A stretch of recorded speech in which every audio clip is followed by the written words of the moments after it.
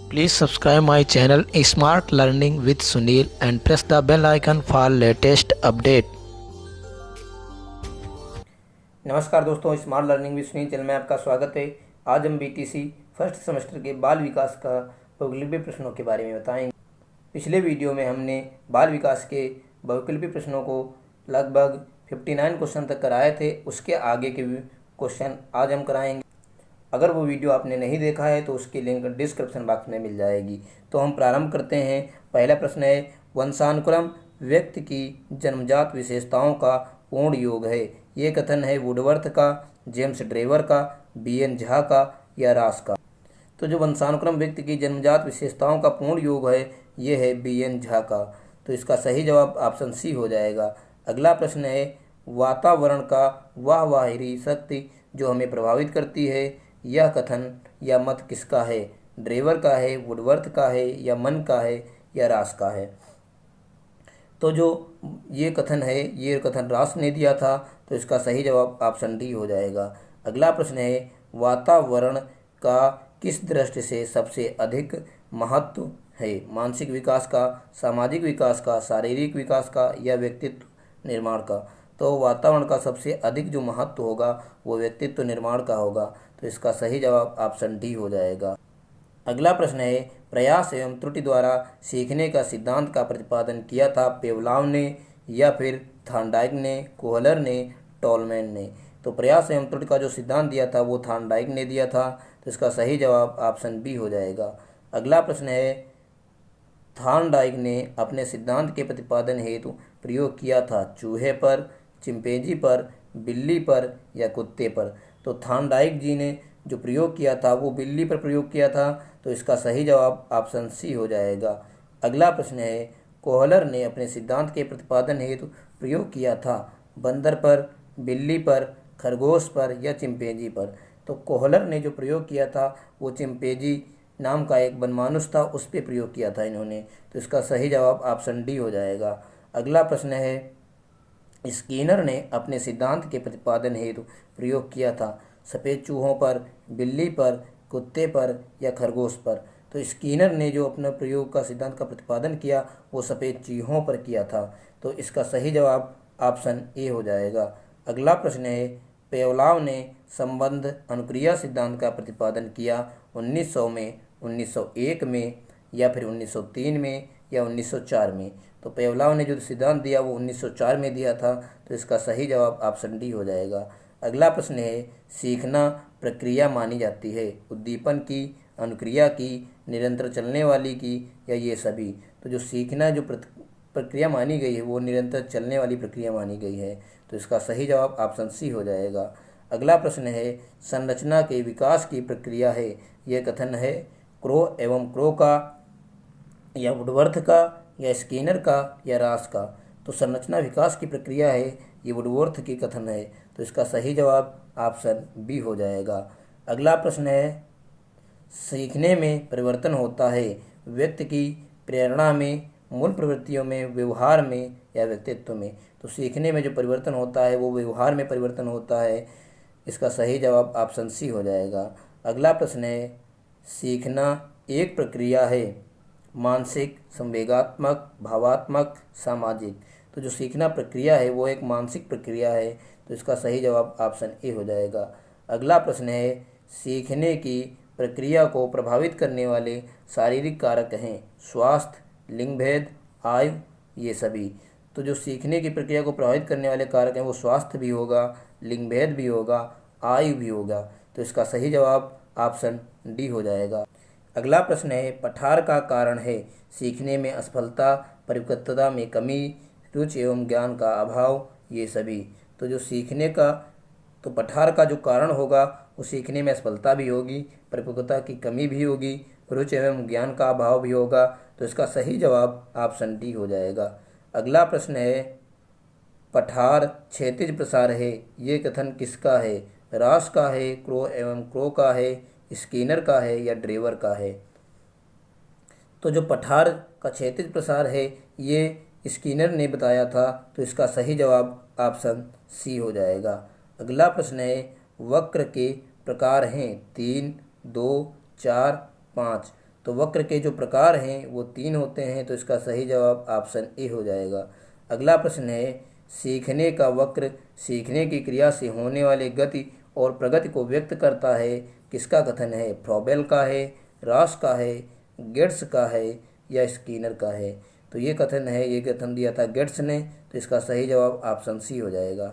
अगला प्रश्न है, कल्पना मानसिक हस्त व्यापार है, किसने कहा है? रॉस ने, वुडवर्थ ने, मन ने या आलपोर्ट ने? तो कल्पना जो है मानसिक हस्त व्यापार है, ये दिया था मन ने, तो इसका सही जवाब ऑप्शन सी हो जाएगा। अगला प्रश्न है, चिंतन मानसिक क्रिया का ज्ञानात्मक पक्ष है, यह परिभाषा दी थी। वुडवर्थ की है, रॉस की है, हरलॉक की है या स्पेंसर की है? तो ये जो प्रक्रिया, ये कथन है, परिभाषा है, ये दिया था रॉस जी ने, तो इसका सही जवाब ऑप्शन बी हो जाएगा। अगला प्रश्न है, मन में किसी उद्देश्य लक्ष्य को रखकर क्रमानुसार चिंतन करना तर्क है, परिभाषा है, ये किसकी है? गैरट की है, गेट्स की है, मन की है या ड्रेवर की है? तो जो ये परिभाषा है, ये परिभाषा दी थी गैरट ने, तो इसका सही जवाब ऑप्शन ए हो जाएगा। अगला प्रश्न है, चिंतन की दृष्टि से सर्वश्रेष्ठ चिंतन है, कल्पनात्मक चिंतन, प्रत्यक्षात्मक चिंतन, तार्किक चिंतन? तो इसका सही जवाब तार्किक चिंतन हो जाएगा, तो इसका सही जवाब ऑप्शन डी होगा। अगला प्रश्न है, अभिप्रेरणा किसी कार्य को करने, जारी रखने अथवा नियंत्रित रखने की प्रक्रिया है, ये कथन है जॉनसन का है, गुड का है या गिलफोर्ड का है या फिर रॉस का है? तो यह प्रेरणा जो है कार्य को प्रारंभ करने और जारी रखने, नियंत्रित रखने की प्रक्रिया, ये जो कथन है ये गुड ने दिया था, तो इसका सही जवाब ऑप्शन बी हो जाएगा। अगला प्रश्न है, प्राणी के समस्त व्यापार के पीछे निहित कारक है, चिंतन, संवेदना, संवेग, अभिप्रेरणा? तो इन समस्त व्यवहार के पीछे जो निहित है वो है अभिप्रेरणा, तो इसका सही जवाब ऑप्शन डी हो जाएगा।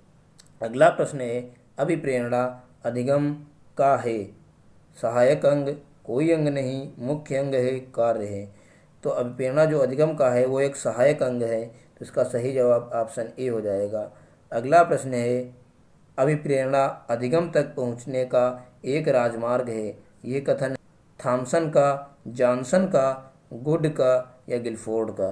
तो ये कथन जो है वो थॉमसन ने दिया था, तो इसका सही जवाब ऑप्शन ए हो जाएगा। अगला प्रश्न है, अभिप्रेरणा का कार्य होता है नियंत्रित करना, जागृत करना, जानकारी देना या ये सभी? तो अभिप्रेरणा का जो कार्य होगा वो नियंत्रित करना भी होगा, जागृत करना भी होगा, जानकारी देना भी होगा, तो इसका सही जवाब ऑप्शन डी हो जाएगा। अगला प्रश्न है, निम्नलिखित में से कौन सा प्राकृतिक अभिप्रेरक नहीं है? सुरक्षा, भूख, प्यास, सामाजिक संबंध? तो जो प्राकृतिक अभिप्रेरक नहीं होगा वो होगा सामाजिक संबंध, इसका सही जवाब ऑप्शन डी हो जाएगा। अगला प्रश्न है, प्रेरणा छात्रों में रुचि उत्पन्न करने की कला है, ये कथन है थॉमसन का, क्रो एंड क्रो का, गुडविन रॉस का या रॉस का? तो ये कथन दिया था थॉमसन जी ने, तो इसका सही जवाब ऑप्शन ए हो जाएगा। अगला प्रश्न है, जन्मजात प्रेरक है, भूख, जीवन लक्ष्य, रुचि, प्रशंसा? तो जो जन्मजात प्रेरक है वो भूख है, तो इसका सही जवाब ऑप्शन ए हो जाएगा। अगला प्रश्न है, अवधान एक मानसिक शक्ति है, मानसिक क्रिया है, उत्पाद है या फिर इनमें से कोई नहीं? तो जो अवधान है वो एक मानसिक क्रिया है, तो इसका सही जवाब ऑप्शन बी हो जाएगा। अगला प्रश्न है, अवधान केंद्रित करने की बाह्य दशा है, गति, लक्ष्य, आदत, प्रशिक्षण? तो जो अवधान केंद्रित करने की बाह्य दशा है वो एक गति है, तो इसका सही जवाब ऑप्शन ए हो जाएगा। अगला प्रश्न है, किसी एक ही वस्तु पर चेतना का केंद्रीकरण करना कहलाता है, रुचि, अवधान, प्रेरणा, प्रत्यक्षिक? एक ही वस्तु पर केंद्रीकरण करने की जो क्रिया है वो अवधान कहलाती है, तो इसका सही जवाब ऑप्शन बी हो जाएगा। अगला प्रश्न है, पदों के योग में पदों की संख्या से भाग देने पर जो प्राप्त होता है वो कहलाता है प्रसरण, मध्यिका, बहुलक या माध्य? तो जो पदों को, योग को पदों की संख्या से भाग देंगे तो वो माध्य कहलाएगा, तो इसका सही जवाब ऑप्शन डी हो जाएगा। अगला प्रश्न है, रुचि व स्थिर मानसिक विधि है जो ध्यान को सतत बनाए रखती है, ये परिभाषा किसने दी थी? रॉस की या फिर डमबिल की है, बी.एन. झा की है या मन की है? तो ये परिभाषा जो है ये दिया था बी.एन. झा ने। तो इसका सही जवाब ऑप्शन सी हो जाएगा। अगला प्रश्न है, अवधान केंद्रित करने की आंतरिक दशा है, गति की, अवधि की, लक्ष्य, इनमें से कोई नहीं। तो जो अवधान केंद्रित करने की आंतरिक दशा है ये है लक्ष्य। तो इसका सही जवाब ऑप्शन सी हो जाएगा। अगला प्रश्न है, रुचि बनाए रखने का साधन है, एकरूपता, परिवर्तन, समानता, इनमें से कोई नहीं। तो रुचि बनाए रखने के लिए परिवर्तन आवश्यक है। तो इसका सही जवाब ऑप्शन बी हो जाएगा। अगला प्रश्न है, रुचियाँ होती हैं स्थायी, अस्थायी, समानता या इनमें से कोई नहीं। तो ना रुचियाँ जो होंगी वो स्थायी भी नहीं होंगी, अस्थायी भी नहीं होंगी, समानता भी नहीं होती। तो इसका सही जवाब ऑप्शन डी हो जाएगा। अगला प्रश्न है, रुचि होती है ज्ञानात्मक, भावात्मक, क्रियात्मक, ये सभी। तो जो रुचि होती है वो ज्ञानात्मक भी होती है, भावात्मक भी होती है, क्रियात्मक भी होती है। तो इसका सही जवाब ऑप्शन डी हो जाएगा। अगला प्रश्न है, किसी एक ही वस्तु पर चेतना का केंद्रीकरण करना कहलाता है, रुचि, प्रेरणा, प्रत्यक्षीकरण या अवधान। तो ये अभी बता चुके हैं, एक ही वस्तु पर चेतना का केंद्रीकरण करना अवधान कहलाता है। तो इसका सही जवाब ऑप्शन डी हो जाए। अगला प्रश्न है, ऐसी मानसिक प्रक्रिया जिसमें व्यक्ति पूर्व में धारण या याद की गई सामग्री का पुनः स्मरण करने में असमर्थ हो जाता है कहलाता है, समन, दमन, विस्मरण, समंजन। तो ये कहलाएगा विस्मरण। तो इसका सही जवाब ऑप्शन सी हो जाएगा। अगला प्रश्न है, रुचि गुप्त अवधान है जबकि अवधान रुचि का क्रियात्मक पक्ष है, ये कथन है मैकडूगल का, डम्बिल का, ट्रॉवेल का या मन का। तो ये कथन है ये दिया था मैकडूगल ने। तो इसका सही जवाब ऑप्शन ए हो जाए। अगला प्रश्न है, स्मृति प्रक्रिया है शारीरिक, मानसिक, चारित्रिक, आध्यात्मिक। तो जो स्मृति प्रक्रिया होगी वो होगी मानसिक। तो इसका सही जवाब ऑप्शन बी हो जाएगा। अगला प्रश्न है, अच्छी स्मृति की विशेषता है शीघ्र अधिगम, विशुद्ध और शीघ्र स्मरण, अनावश्यक बातों की विस्मृत, ये सभी। तो जो अच्छी स्मृति की विशेषता होगी वो शीघ्र अधिगम भी होगा, विशुद्ध और शीघ्र स्मरण भी होगा, अनावश्यक बातों को विस्मृत कर देना या भूल जाना ये भी होगा। तो इसका सही जवाब ऑप्शन डी हो जाएगा। अगला प्रश्न है, वास्तविक स्मृति में याद किया जाता है आदत से, यांत्रिकता से, सक्रिय रूप से, क्रमबद्धता से। तो वास्तविक स्मृति याद किया जाता है क्रमबद्धता से। तो इसका सही जवाब ऑप्शन डी हो जाएगा। अगला प्रश्न है, निम्नलिखित में से कौन सा पुनः स्मृति में बाधा उत्पन्न करता है, भय, चिंता, परेशानी, ये सभी। तो पुनः स्मरण में जो बाधा उत्पन्न करता है वो भय भी है, चिंता भी है, परेशानी भी है। तो इसका सही जवाब ऑप्शन डी हो जाएगा। अगला प्रश्न है, पूर्व में सीखी हुई बात को याद करना ही स्मृति है, ये कथन किसने दिया था? मन ने दिया था, क्लार्क ने दिया था, वुडवर्थ ने दिया था या रॉस ने? तो ये कथन है ये कथन वुडवर्थ ने दिया था। तो इसका सही जवाब ऑप्शन सी हो जाएगा। अगला प्रश्न है, जब हम सीखी हुई बातों को कभी नहीं भूलते हैं तो वह स्मृति है आदत स्मृति, स्थायी स्मृति, तार्किक स्मृति या फिर अस्थायी स्मृति। तो जो हम सीखी हुई बातों को कभी नहीं भूलते तो वो हो जाता है स्थायी स्मृति। तो इसका सही जवाब ऑप्शन बी हो जाए। अगला प्रश्न है, जब कोई सीखी हुई बात अचेतन मन से चेतना मन में आती है तो वो कहलाती है धारण, पुनः स्मरण या फिर पहचान या सीखना। तो जब सीखी हुई बात अचेतन मन से चेतना मन में जाती है तो वो कहलाती है पुनः स्मरण। तो इसका सही जवाब ऑप्शन बी हो जाएगा। अगला प्रश्न है, निम्नलिखित में से कौन स्मृति का अंग नहीं है, अधिगम, चिंतन, धारण, प्रत्याहन। तो स्मृति का जो अंग नहीं होगा वो होगा धारण। तो इसका सही जवाब ऑप्शन सी हो जाएगा। अगला प्रश्न है, वास्तविक स्मृति में याद किया जाता है आदत से, आंशिकता से, क्रमबद्धता से या फिर सक्रिय रूप से। तो वास्तविक स्मृति क्रमबद्धता से याद किया जाता है। तो इसका सही जवाब ऑप्शन सी हो जाएगा। अगला प्रश्न है, आंशिक स्मृति में होती है चिंतन, सीखना, तर्क, आदत पड़ना। तो आंशिक स्मृति में जो होता है वो होता है आदत पड़ना। तो इसका सही जवाब ऑप्शन डी हो जाएगा। अगला प्रश्न है, वाटसन ने प्राथमिक संवेगों के सिद्धांत के अंतर्गत शिशुओं के भीतर जन्म से ही विद्यमान कितने संवेगों को बताया है? 4, 6, 5, 3। तो वाटसन ने जो बताया वो 6 संवेगों के बारे में बताया है, तो इसका सही जवाब ऑप्शन बी हो जाएगा। अगला प्रश्न है, जीन पियाजे ने बालक के संज्ञानात्मक विकास की कितनी अवस्थाओं का वर्णन किया है? 3, 4, 6 या 5। तो जीन पियाजे ने जो संज्ञानात्मक विकास की अवस्थाएं बताई हैं वो 4 बताई हैं, तो इसका सही जवाब ऑप्शन बी हो जाएगा। अगला प्रश्न है, बुद्धि के द्विकारक सिद्धांत का प्रतिपादन किसने किया था? तो बुद्धि के जो द्विकारक सिद्धांत का प्रतिपादन स्पीयरमैन ने किया था, तो इसका सही जवाब ऑप्शन सी हो जाएगा। अगला प्रश्न है, किशोरावस्था को किस सिद्धांत ने उथल पुथल की अवस्था कहा है? स्टेनले हॉल ने, क्लार्क ने, वेबर ने, विलियम्स जेम्स ने।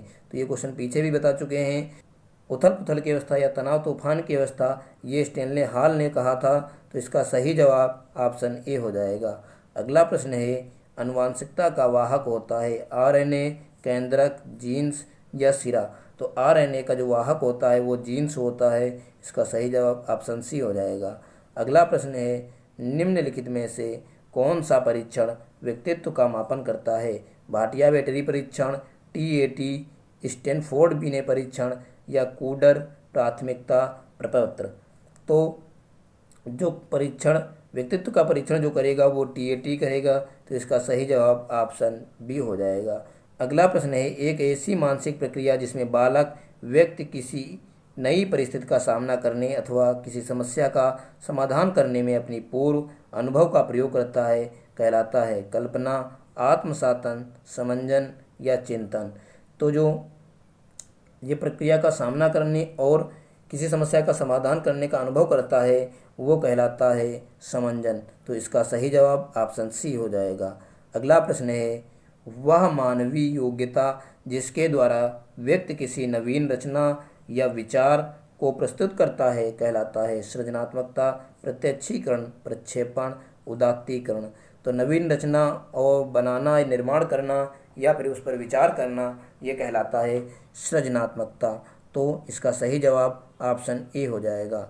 अगला प्रश्न है, कोहलर ने अपने सीखने के सिद्धांत का प्रतिपादन किसके ऊपर किया था? बिल्ली पर, कुत्ता पर या वनमानुष पर या फिर मनुष्य पर? तो कोहलर ने जो प्रयोग किया था वो वनमानुष पर किया था, तो इसका सही जवाब ऑप्शन सी हो जाएगा।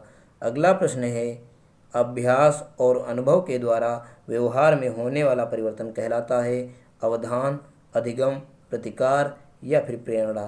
तो व्यवहार के द्वारा, अभ्यास के द्वारा अनुभव में होने वाला परिवर्तन अधिगम कहलाता है, तो इसका सही जवाब ऑप्शन बी हो जाएगा। अगला प्रश्न है, किसी विषय, कार्य तथा परिस्थिति में अर्जित ज्ञान द्वारा अन्य किसी कार्य, विषय अथवा परिस्थिति में लाभ प्राप्त होना कहलाता है अल्पकालिक स्मृति, दीर्घकालिक स्मृति, अनुसारण, अधिगम, अंतरण? तो जो ये कहलाएगा वो कहलाएगा अधिगम अंतरण, तो इसका सही जवाब ऑप्शन डी हो जाएगा। अगला प्रश्न है, व्यक्ति में विद्यमान वह शक्ति जिसके कारण वह किसी कार्य को करने अथवा ना करने के लिए बाध्य हो जाता है कहलाता है अभिप्रेरणा, संवेदना, अभिसरण, प्रतिगमन? तो जो उसके अंदर जो विद्यमान शक्ति है जिसके लिए वह कार्य करना या ना करने के लिए बाध्य होता है वो होगा अभिप्रेरणा, तो इसका सही जवाब ऑप्शन ए हो जाएगा। अगला प्रश्न है, विभिन्न तथ्यों के बीच किसी एक ही तथ्य पर मन को एकाग्र किए रहना कहलाता है अभ्यसन, ध्यान लगाना, प्रतिभिज्ञा या प्रस्मरण? तो जो विभिन्न तथ्यों के बीच एक ही तथ्य पर मन को एकाग्र किए रहना कहलाता है ध्यान लगाना, तो इसका सही जवाब ऑप्शन बी हो जाएगा। तो इसी के साथ हमारे सभी प्रश्न समाप्त होते हैं। आज के वीडियो में इतना ही। अगर वीडियो पसंद आया है तो लाइक, सब्सक्राइब तथा शेयर करें और अगली नोटिफिकेशन प्राप्त करने के लिए बेल आइकन को दबाएं। ठीक है, तो मिलते हैं अगले वीडियो में। नमस्कार।